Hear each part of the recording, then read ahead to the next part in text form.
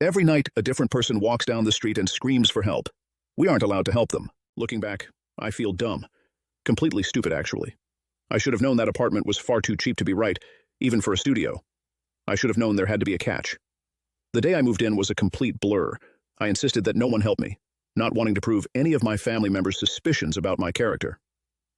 By late afternoon, all my muscles ached terribly, and my head throbbed. I fell back on my bare mattress, staring up at the ceiling fan with glazed-over eyes. I pulled the damp strands of hair from my sweaty forehead, wincing in disgust.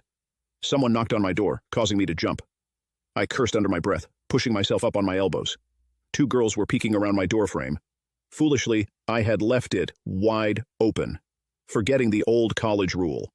Only leave your door open if you want to make new friends. And I was not in the mood to make new friends. One of them, an Asian girl with choppy black hair, was grinning at me. The other stood a little further back, fingering a box of Marlboro Reds. "Hey," she said, nodding at me. Her voice was smooth and raspy at the same time. "Did you just move in?" I laid back down, rubbing my face with both hands, choosing not to bother with manners. "Yeah, about 5 seconds ago." "Cool." The girls walked in, evidently ignoring my very clear body language. The girl with the black hair ran her fingers along the edge of my desk, and then picked up a little ceramic duck from my unpacked box of trinkets. "Grandma," I explained, feeling strangely defensive. "Cute," she replied, holding it up to her face. "Has anyone told you yet?" The other girl asked, abruptly, looking around my apartment. She had tucked the cigarettes into the back pocket of her jeans, and was now tugging at her long red braids.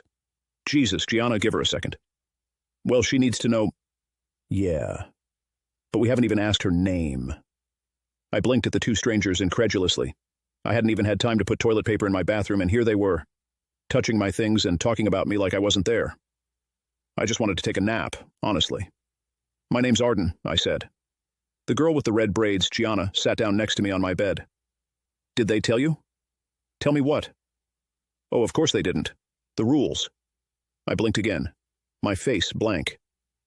I didn't know about any rules besides the typical renting ones. I had signed the lease after, at best, skimming over it. The landlord was a skinny woman who smelled of ashes, and I was fairly certain she had never developed the facial muscles necessary for smiling. I wasn't about to ask her any follow-up questions, especially when the rent was so cheap.